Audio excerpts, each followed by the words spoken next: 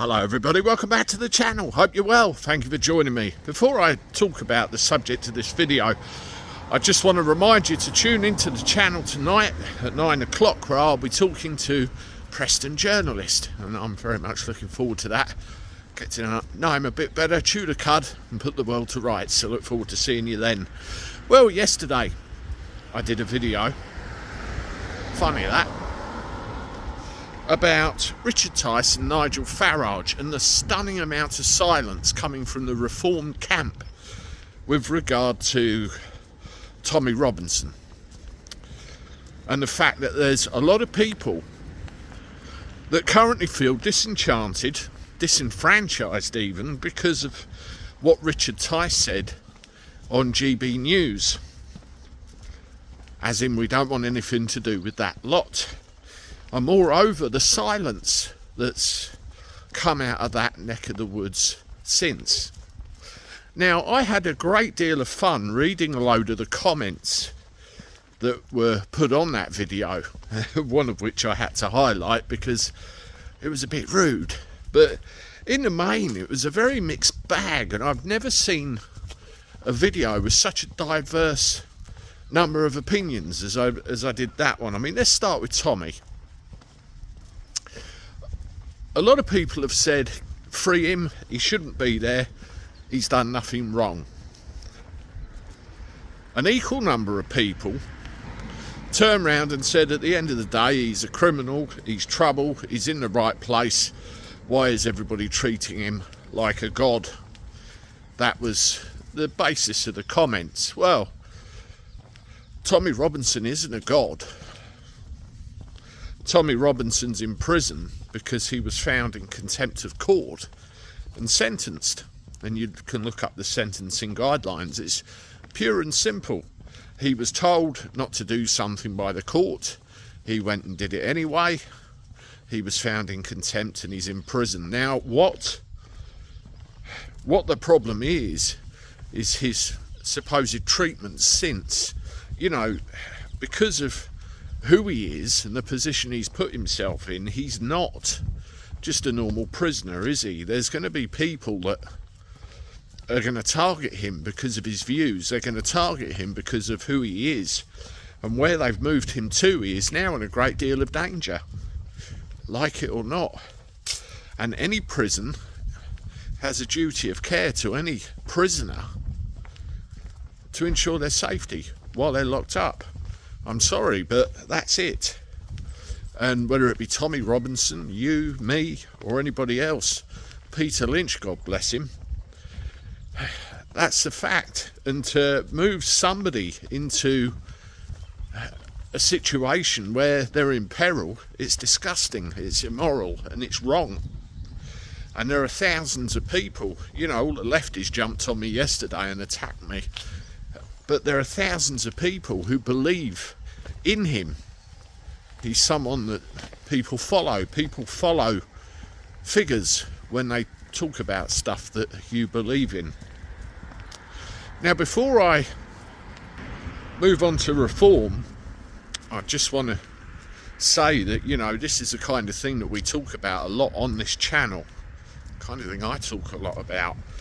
I see the news, I think about it, and I just want to tell you what I feel, try and inject a little bit of truth into it and get you to discuss it too. If that's something that you're interested in, please subscribe to the channel, hit the like button, because you'll be among quite a few like-minded people in the main. Well, Tice, reform. He went on GB News and he fucked up big style. He should not have said what he said the way he said it.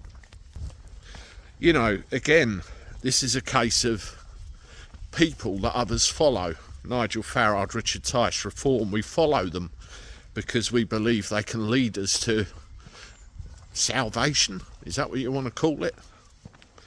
And then when somebody turns around and says, oh, that lot, we don't want anything to do with them, everybody thinks, what did he just say? I've seen an awful lot of comments saying, let's go to UKIP, screw reform, and all this sort of thing. Now, I get it, but what you will end up doing is setting the cause back. Reform are not ideal by any stretch of the imagination. And on Friday I'll be having a live chat with my friend Noel Wilcox, and hopefully we can talk a little bit about this then. But they are there, albeit 5 MPs, they have a foothold in there.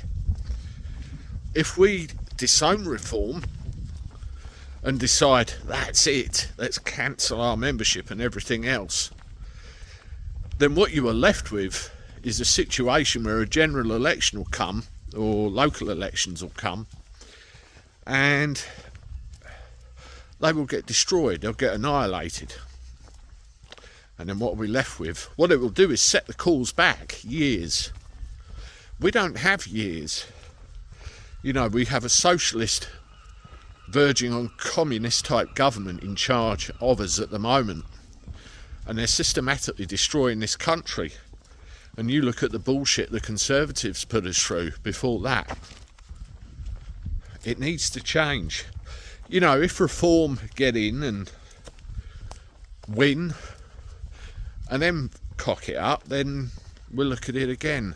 But what is the alternative for us? What really is the alternative? I do not consent. A rout? You tell me, what is the alternative? You know, I have my own thoughts about what's going on with the inner workings of Reform, and really what should happen. Nigel should stand up and say, you know what, you're right, and we're with you 100%. Do you know what that would do? I'm not talking about Tommy or anything else now. I'm talking about you and me, normal people. That would win them the election. But he's not going to do that. You know, I've said they need to speak now. They need to perk up and say something. Nah, that's not going to happen. I'm adult enough to do that, know that, and they will just talk about the issues, illegal migration and everything else, and hope that's enough. But we really have to think about what we want to happen over the next 4 or 5 years. I want Labour gone. I want Tories gone. Ideally, I want parties gone, because that generally is more trouble than it's worth, wouldn't you say? I talk a lot about this kind of stuff. You know, you might not necessarily agree with it all, but I like to air my views, see what you have to say. I've got another video here you can watch where I talk about politics, dare I say it. Check that out. Thank you very much for watching. I look forward to talking to you soon. Toodaloo.